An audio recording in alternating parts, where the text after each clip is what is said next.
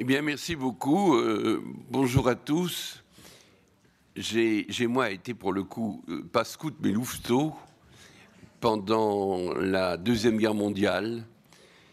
J'habitais à l'époque comme réfugié. Je suis lorrain dans l'Auvergne profonde et mon lien avec la nature s'est largement construit à travers cette expérience qui fut pour moi une expérience de grand bonheur à une période où il y avait des restrictions et où j'ai appris donc très tôt dans ma vie que le bonheur n'est sans doute pas lié à la seule satisfaction de besoins matériels lorsque le matériel c'est le superflu. L'étape suivante, ça a été pour moi la découverte de l'écologie.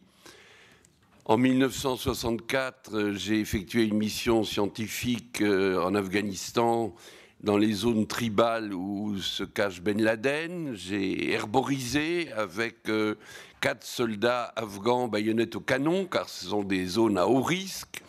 Et c'est là que j'ai constaté le lien extrêmement étroit entre les populations végétales et notamment la nature du climat, puisque c'est une zone de fracture où l'on passe du climat méditerranéen au climat de l'Asie des moussons. Donc je suis un très ancien de l'écologie.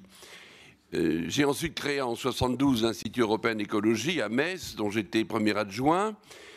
Que s'est-il passé depuis? Pas grand-chose pendant 30 ans, pas grand-chose, des petites choses qui n'ont pas été inutiles, mais des petites choses. Et puis maintenant, le grand changement culturel.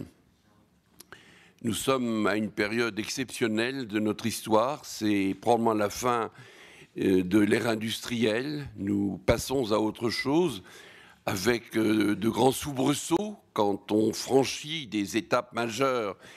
Et on dit que ce sont des crises. Alors nous sommes évidemment dans une crise très spectaculaire et nous voyons émerger subitement les valeurs de l'écologie. On parle énormément de développement durable. C'est un concept dans lequel je me suis engagé avec prudence au début parce que je n'aimais pas trop le mot développement, et puis durable, ça ne voulait pas dire grand-chose. Et regardant une émission à la télé sur France 5 Monde à l'étranger il y a 3 jours, j'ai vu le résultat d'un micro-trottoir. On demandait à des Français ce que voulait dire le développement durable. C'était stupéfiant. C'était vraiment stupéfiant. Il y avait les réponses les plus extraordinaires, dont l'une m'a beaucoup frappé. C'est un monsieur qui a dit, eh bien, c'est la croissance économique à perpétuité. Donc on peut donc tout mettre sous le concept, mais moi je n'y mets pas tout et je vais essayer de vous faire sentir ce que j'y mets en ce qui me concerne. Mon premier constat, c'est que le mot a fait fortune. Et comme toujours, lorsque un concept fait fortune, il a une fâcheuse tendance à subir ce que les physiciens appellent l'entropie, donc peut-être de se détériorer en cours de route. C'est pourquoi, aujourd'hui, vous verrez apparaître sur le marché du monde économique d'innombrables consultants, experts, spécialistes en développement durable. Il y en a partout. Je suis très frappé de voir que ces spécialistes pullulent comme les champignons en automne lorsqu'il a beaucoup plu. J'ai rencontré des consultants en développement durable la semaine dernière qui m'ont expliqué l'écologie en long, en large et en travers. Bon, j'ai trouvé ça un peu surprenant, ils n'avaient pas 30 ans ni l'un ni l'autre, mais je les ai écoutés attentivement. Et ce qui m'a frappé, alors ce point pour moi est capital, ce qui m'a frappé, c'était que le développement durable avait été traduit en langage technocratique, administratif, et comme en quelque sorte dépouillé des valeurs majeures que porte le concept. Et je leur ai dit, mais moi j'en ai fait du développement durable quand j'étais maire adjoint à Metz.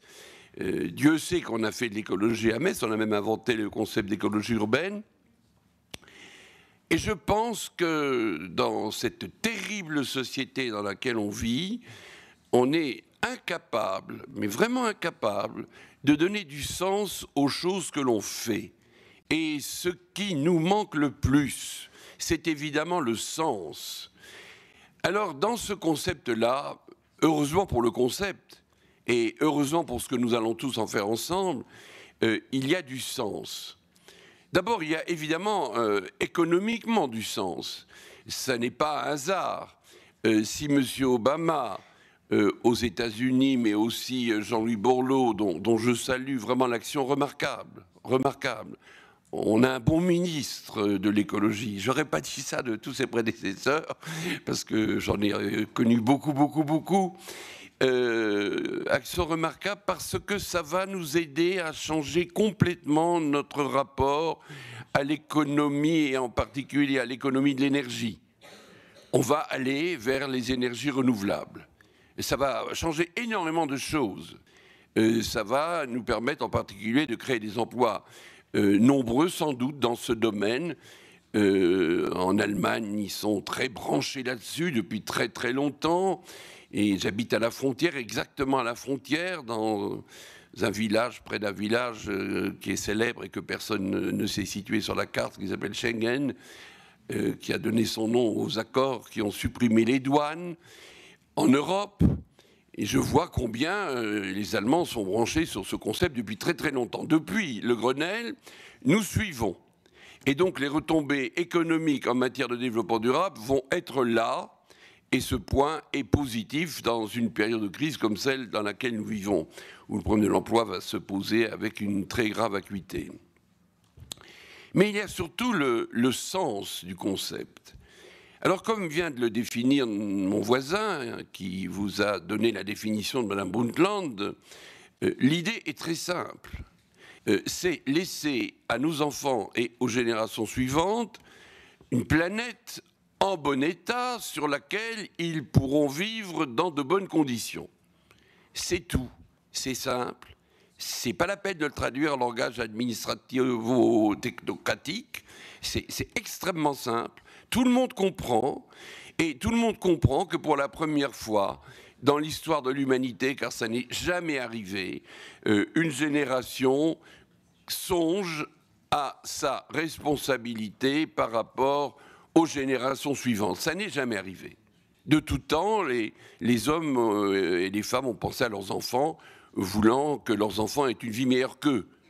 Aujourd'hui, 80% des Français pensent que leurs enfants auront une vie moins bonne qu'eux. C'est dire la morosité ambiante.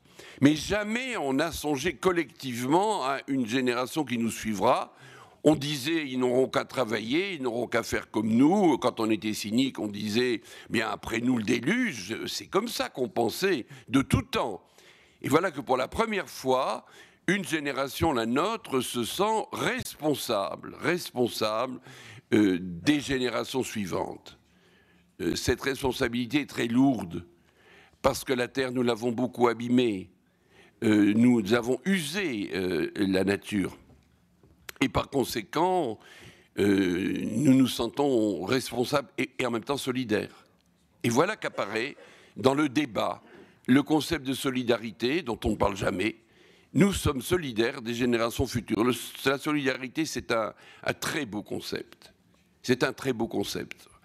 Le monde moderne, à la suite de Darwin, dont on célèbre aujourd'hui, dans 3 jours, le 200e anniversaire de la naissance, le monde moderne, c'est la compétition. C'est la guerre à outrance, ce sont les luttes, les conflits, les affrontements, les guerres physiques, morales, intellectuelles. Nous avons hérité de cette vision du monde venue du 19e siècle. Les marxistes y ont vu le modèle de la lutte des classes, les libéraux y ont vu le modèle de la concurrence à outrance. C'était la loi de la jungle, la vie c'était la jungle, la société c'était la jungle. Nous sortons de ce modèle-là grâce à l'écologie qui montre que la vie dans la nature et dans la société, c'est aussi la solidarité. Et ça c'est très nouveau et c'est extrêmement important. Personne ne sait que les entreprises de l'économie solidaire, c'est-à-dire les entreprises qui ne sont pas capitalistes, représentent 13% du produit intérieur brut en France. Ce sont toutes les mutuelles, votre mutuelle de santé, votre mutuelle d'assurance. Il n'y a pas de profit, il n'y a pas de dividendes, il n'y a pas d'actionnaires. Il y a des gens solidaires sur le principe de la mutualité.